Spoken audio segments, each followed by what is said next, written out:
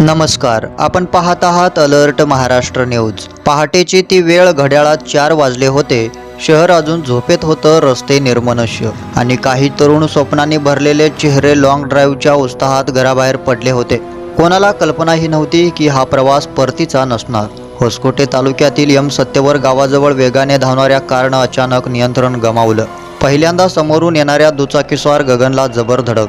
आपल्या दृष्टीहीन आईचा एकमेव आधार असलेला गगन काम आटोपून घरी परतत होता, पण नियतीनं त्याच्यासाठी वेगळंच ठरवलं होतं। धडक इतकी भीषण होती की कार दुभाजक ओलांडून समोर येणाऱ्या कॅन्टरला समोरासमोर धडकली। एअरबॅग्स उघडल्या, पण वेगाचा कहर थांबला नाही। कॅन्टर उलटला, चाके वेगळी झाली आणि काही क्षणात सगळं संपलं। आणखी एका वाहनानेही त्याच चाकांना धडक दिली। रस्ता रणांगण बनला। त्या कारमध्ये होते 6-12वीचे विद्यार्थी। स्वप्नांनी भरलेली डोळे, भविष्याचे रंगीत बेत, पण एका क्षणाच्या बेफिकिरीने सगळं हिरावून घेतलं।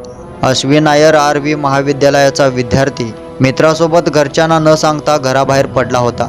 आईला वाटलं मुलगा शांत झोपला आहे, पण पहाटे पोलिसांचा फोन आला आणि एका आईचं जग कोसळलं।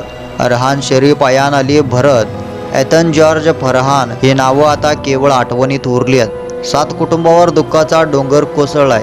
हा अपघात केवळ बातमी नाही, एक वेदनादायक शिकवण आहे। वेग, क्षणिक थरार आणि बेफिकीर निर्णय आयुष्याचा शेवट ठरवू शकतात। रस्त्यावरचा प्रत्येक क्षण महत्त्वाचा आहे। तुमची वाट कुणीतरी घरी पाहत आहे। कृपया वाहन चालवताना वेगावर नियंत्रण ठेवा, आणि चुकीचा निर्णय अनेक आयुष्य उद्ध्वस्त करू शकतो।